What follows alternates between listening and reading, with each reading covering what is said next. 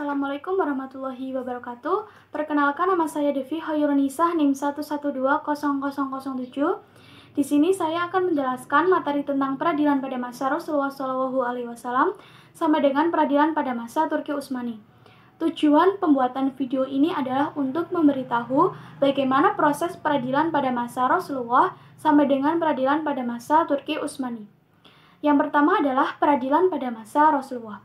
Peradilan pada masa Rasulullah itu berlangsung selama 22 tahun, 2 bulan, 22 hari.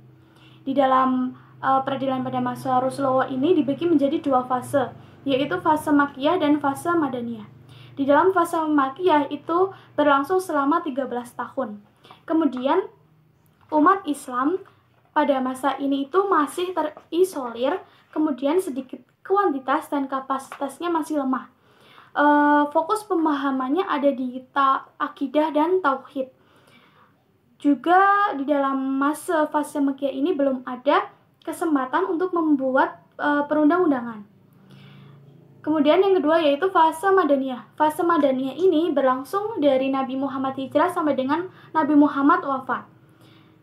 Di dalam fase Madaniyah ini Islam sudah kuat, kuantitasnya sudah banyak dan mempunyai tata pemerintahan. Di dalam fase Madaniyah ini juga sudah mulai disyariatkan hukum pernikahan, perceraian, dan warisan. Peran Rasulullah pada peradilan ini adalah sebagai legislatif, eksekutif, dan yudikatif. Di dalam peradilan pada masa Rasulullah ini juga sudah dibentuk Piagam Madinah, yaitu undang-undang tertulis yang memiliki muatan yang mengatur hubungan sosial politik masyarakat, yang dimana dalam undang-undang ini berisi tentang masyarakat untuk saling bertanggung jawab secara bersama terhadap keamanan umum di Madinah. Proses peradilan pada masa Rasulullah SAW ini berlangsung secara sederhana, bersifat fatwa, dan menjunjung nilai keadilan. Keputusan Rasulullah juga mengandung kebenaran dan pengawasannya juga dilakukan oleh Rasulullah sembari Rasulullah menunggu wahyu yang akan datang. Kemudian, di dalam mengadili suatu perkara itu tidak tergesa-gesa dalam memutuskan hukum. Yang selanjutnya yaitu peradilan pada masa Khulafaur Rasyidin. Peradilan pada masa Khulafaur Rasyidin ini itu ada 4, yaitu pertama pada masa Abu Bakar As-Siddiq, yaitu berlangsung selama 2 tahun. Kemudian, peradilan pada masa Abu Bakar As-Siddiq ini masih relatif sama dengan masa Rasulullah SAW karena Abu Bakar As-Siddiq hanya terfokus kepada memerangi kaum murtad dan pembangkang dalam menunaikan zakat. Di dalam riwayat lain juga dijelaskan bahwasanya untuk urusan hakim ini diserahkan kepada Umar bin Khattab yang kurang lebih selama 2 tahun. Di dalam masa Abu Bakar As-Siddiq ini juga sedikit perkara yang muncul. Yang kedua adalah pada masa Umar bin Khattab. Pada masa Umar bin Khattab ini berlangsung selama 10 tahun, yaitu dari tahun 634 sampai dengan 644.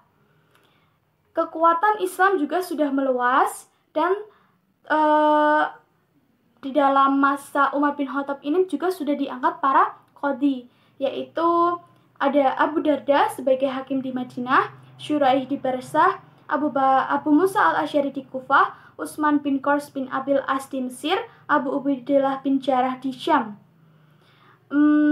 Di dalam masa Umar bin Khattab ini juga khalifah memberi wewenang hakim hanya untuk sebatas di perkara perdata, dan untuk pidana diserahkan kepada khalifah langsung atau pengurus daerah. Yang sangat menarik di dalam masa Umar bin Khattab ini juga sudah dibentuk Risalatul Qadha, yang dimana di dalam Risalatul Qadha ini berisi tentang petunjuk untuk qadhi yang mempunyai prinsip penyelenggaraan kekuatan peradilan.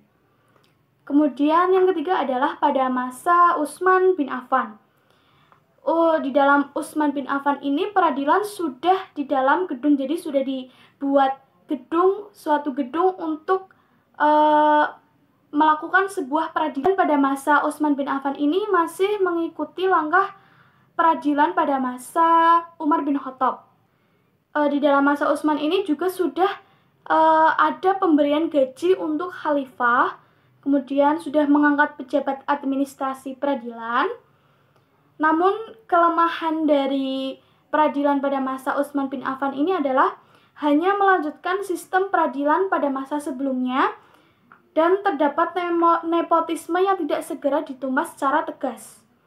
Yang keempat adalah masa Ali bin Abi Thalib, yang dimana Ali bin Abi Thalib ini juga masih mengikuti peradilan pada masa sebelumnya.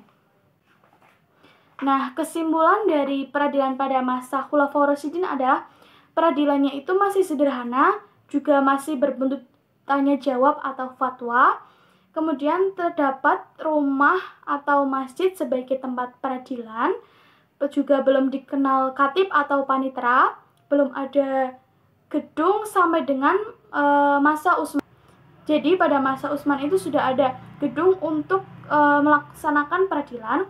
Kemudian nilai positif dari masa Khulafaur Rasyidin ini adalah peradilannya itu sederhana, cepat, dan tidak banyak biaya. Juga sudah ada pemberian gaji untuk para qadhi. Yang ketiga ada peradilan pada masa Bani Umayyah.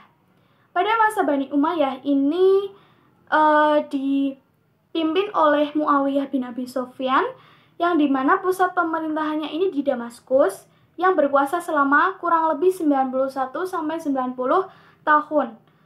Dipimpin oleh 14 khalifah, menggunakan sistem monarki, dan bentuk kekuasaannya adalah autokrasi.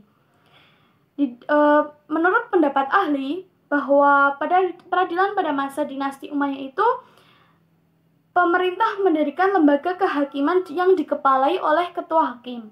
Kemudian memutuskan perkara menggunakan ijtihad para qadhi, dan kurang adanya perhatian pemerintah terhadap lembaga peradilan. Kemudian ada juga dibentuk al-qadha, yaitu pada dasarnya para qadhi di dalam masa Bani Umayyah ini merupakan figur-figur yang adil. Hakim juga bebas dalam berijtihad, dan hubungan antara hakim satu dengan hakim yang lainnya itu belum terbina. Sumber hukum yang digunakan ada Al-Quran, hadis, dan ijma'. Di dalam masa Bani Umayyah ini juga dibuat wilayat al-muzalim, yaitu mahkamah tinggi atau mahkamah banding yang mengadili pembesar negara dengan yang berbuat salah, mengawasi dan memeriksa pelanggaran penguasa yang dipelopori oleh Khalifah Abdul Malik bin Marwan.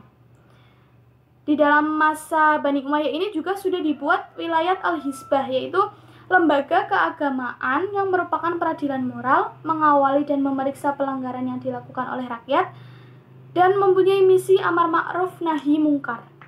Nah, ciri khas dari masa Bani Umayyah ini adalah hakim memutuskan menggunakan ijtihadnya. Putusan berlaku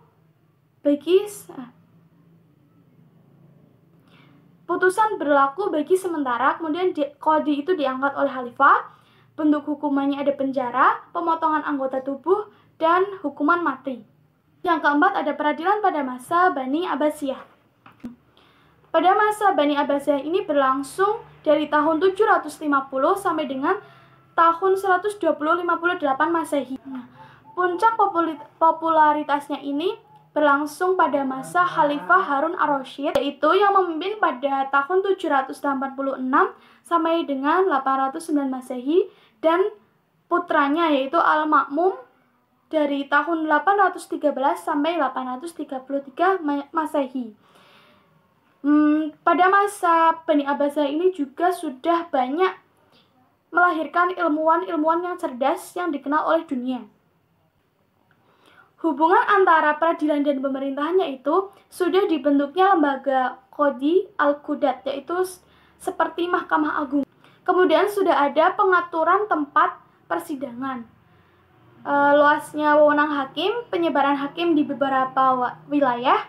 Juga ada dibentuk al-mazolim yang bertugas menangani dan menyelesaikan tentang perlakuan ketidakadilan atau penganiayaan oleh para pejabat kepada rakyat.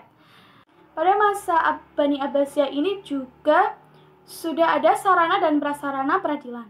Kemudian membuat buku register, membentuk lembaga arsyitah, mendirikan lembaga al-mazalim, mengangkat pejabat moneter, mendirikan baitul mal, mengangkat qadhi al-qudat, melegitimasi wilayah al-tahrim, dan munculnya mazhab-mazhab. Wewenang dalam mengangkat hakim yaitu kekuasaan dibagi menjadi 3, yaitu wilayat al-khilafah, wilayat al-imarah, dan wilayat al-wizrah. Yang kelima adalah peradilan pada masa Turki Utsmani, yang dimana peradilan pada masa Turki Utsmani ini berdiri setelah adanya dinasti Bani Abbasiyah.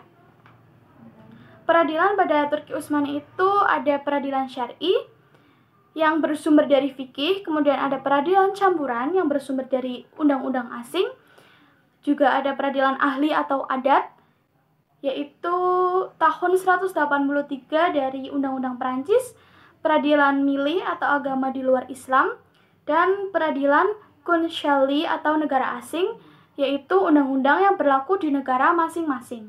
Kemudian keadaan sebelum Tanzimat, yaitu ada al-juziyat, yaitu mahkamah biasa rendah atau perkara pidana dan perdata. Kemudian ada mahkamah al-isti'raf, yaitu mahkamah banding, yaitu untuk meneliti dan mengkaji perkara, dan al-tamyiz, al-naqwa, al-ibram, yaitu mahkamah tinggi, yang dimana mahkamah tinggi ini untuk mencatat qadhi yang bersalah. Yang keempat ada isti'raf ulia, yaitu mahkamah agung, yang dimana mahkamah agung ini di bawah pengawasan sultan. Keadaan ketika masa Tanzimat yaitu ketentraman hidup, peraturan pajak, peraturan kewajiban militer, kemudian ada isi piagam Gulne, dan ada kerajaan pasca Tanzimat, yaitu Mahkamah al-Tawai atau Qadha al-Milih yang bersumber dari agama masing-masing. Kemudian ada Qadha al-Kausali yang berasal dari orang-orang asing, Qadha al-Mahkamah Pidana yaitu undang-undang Eropa, Qadha Mahkamah al-Hukuk perkara perdata, Qadha al-Syarif yaitu masalah keluarga yang bersumber dari fikih Islam. Kemudian juga sudah ada kodifikasi hukum.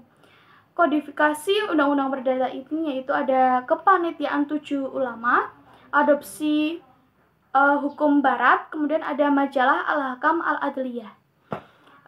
Sekian penjelasan dari saya, yaitu dari peradilan pada masa Rasulullah SAW sampai dengan peradilan masa Turki Utsmani.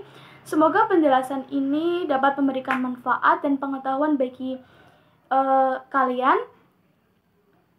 Terima kasih. Wassalamualaikum warahmatullahi wabarakatuh.